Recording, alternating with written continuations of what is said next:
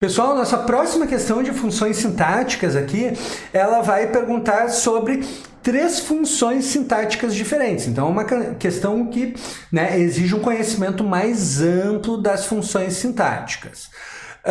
A primeira pergunta é: a expressão de alimento desempenha a função sintática de complemento nominal. Aqui uma função que pega, né, pessoal? Bom, vamos lá. Primeiro, pessoal, um resuminho de complemento nominal, tá? Então, assim, ó, complemento nominal. Se vocês têm um adjetivo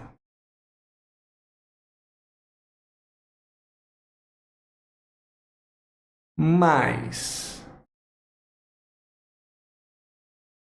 preposição e substantivo em geral,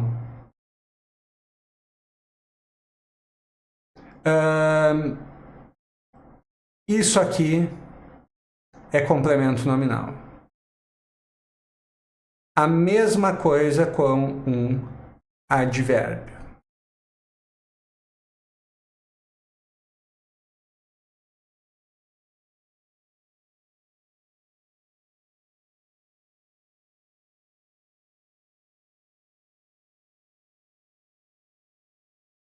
Isso aqui que está ligado ao advérbio vai ser complemento nominal. Então, um adjetivo, por exemplo, né? Se eu digo um homem fiel aos princípios, né? Aos princípios tem uma preposição a, né? Mais princípios, e aos princípios se refere ao adjetivo fiel. Homem fiel aos princípios, homens fiéis aos princípios.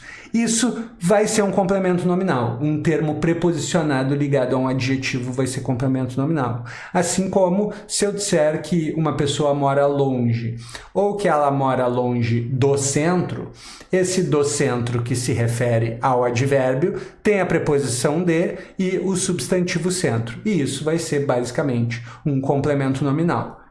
Em resumo, da primeira parte, um termo preposicionado ligado a um adjetivo ou a um advérbio será um complemento nominal. Quando nós temos um complemento nominal ligado a um substantivo, esse substantivo precisa ser um substantivo abstrato, e desejo é um substantivo abstrato, tá? E ele precisa também, o complemento nominal, ele precisa ser paciente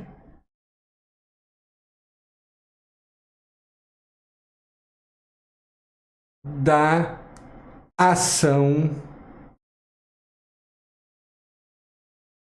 representada pelo substantivo.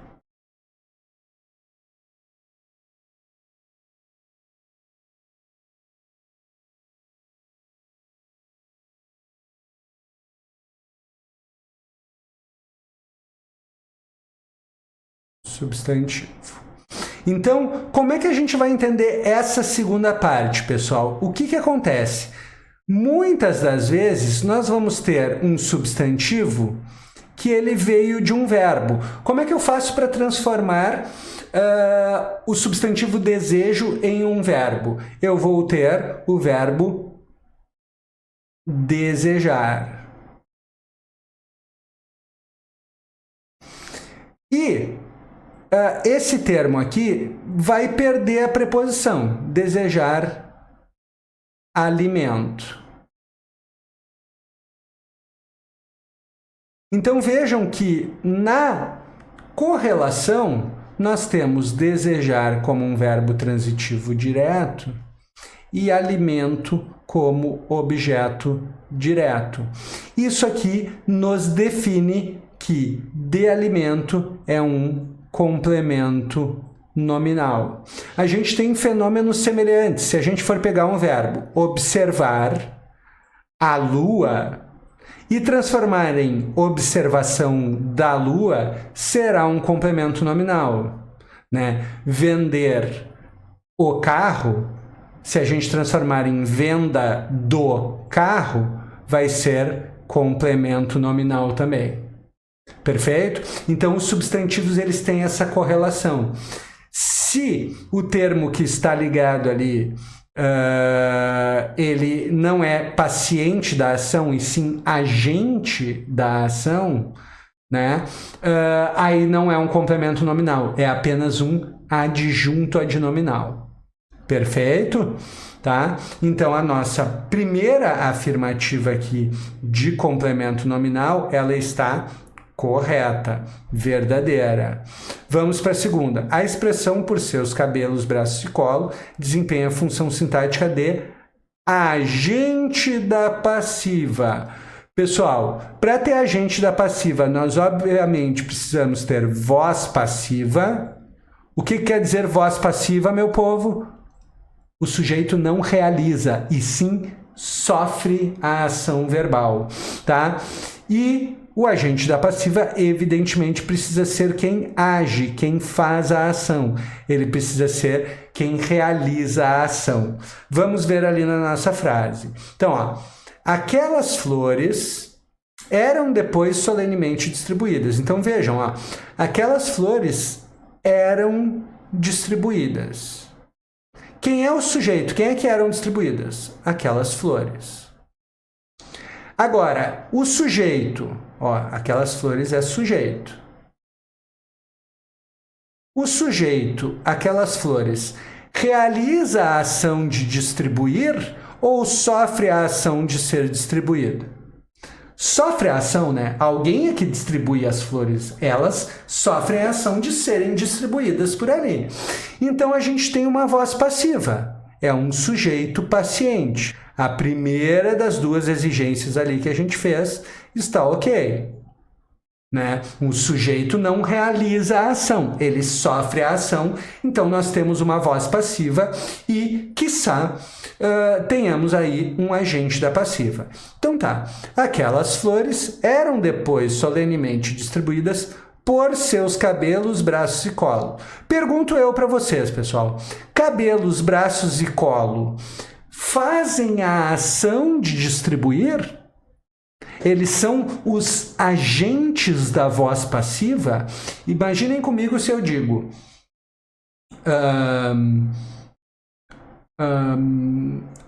a bola foi furada pelo cachorro. A bola é o sujeito que sofre a ação de ser furada. Então, é uma voz passiva. Pelo cachorro, o cachorro é quem faz a ação, então ele é um agente da passiva. Mas aqui, pessoal, mesmo que a gente tenha essa preposição por, não são os cabelos, os braços e o colo que distribuem as flores. Na verdade, eles são o local onde as flores são distribuídas, né? Então, aquelas flores eram distribuídas onde? Por seus cabelos, braços e colo. Nos seus cabelos, braços e colo. Portanto, isso aqui responde à pergunta onde e é, portanto, um adjunto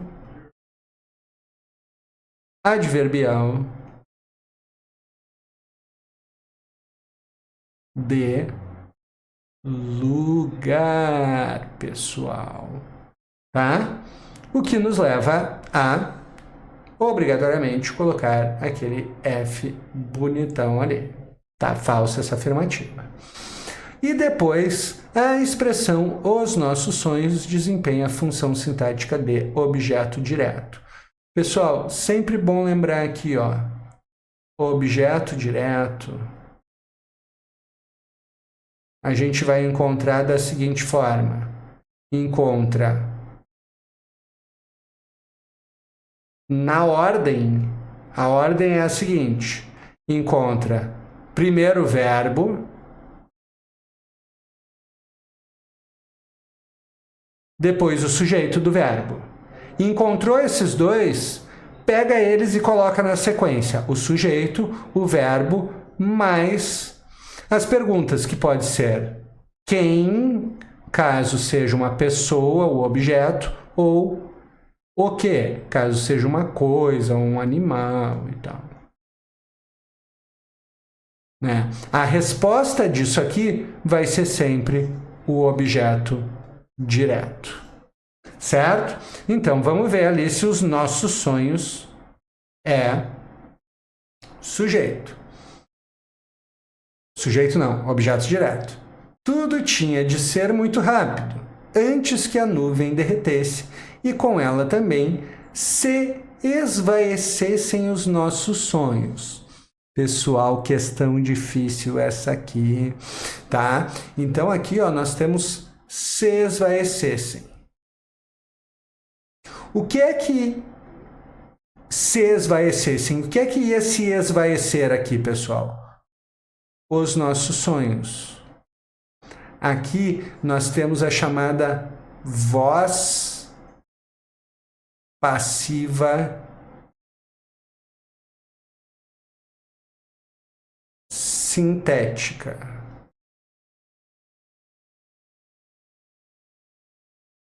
Na voz passiva analítica seriam os nossos sonhos eram esvaecidos.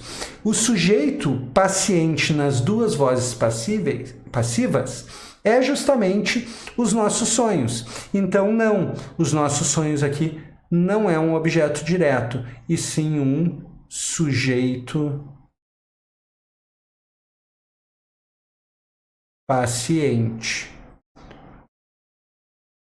Uma pista que nos indica isso muito facilmente, pessoal, é o fato deles concordarem no plural. Ó, o verbo esvaecer, ele vai no plural por causa da expressão os nossos sonhos. E o verbo, ele sempre concorda em número e pessoa com o sujeito. Então, se eles estão concordando, é porque é sujeito. Às vezes podem estar ambos, por acaso, no plural ou no singular e não serem sujeito e predicado, dependendo da frase.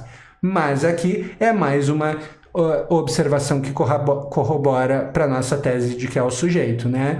Se a gente tivesse o nosso sonho, a frase ficaria: tudo tinha de ser muito rápido, antes que a nuvem derretesse e com ela também se esvaecesse o nosso sonho. Certo? Então, se o verbo vai para o singular ou para o plural em função de uma determinada palavra ou expressão, essa determinada palavra ou expressão é o sujeito, porque o verbo concorda em pessoa e número com o seu sujeito. Perfeito, gente? Tudo bem? Então, vejamos aqui que não é um objeto direto. Então, a gente vai marcar aquele F lá e vamos procurar aqui V e 2 Fs. Aqui, a alternativa C. Perfeito? Vamos para a próxima.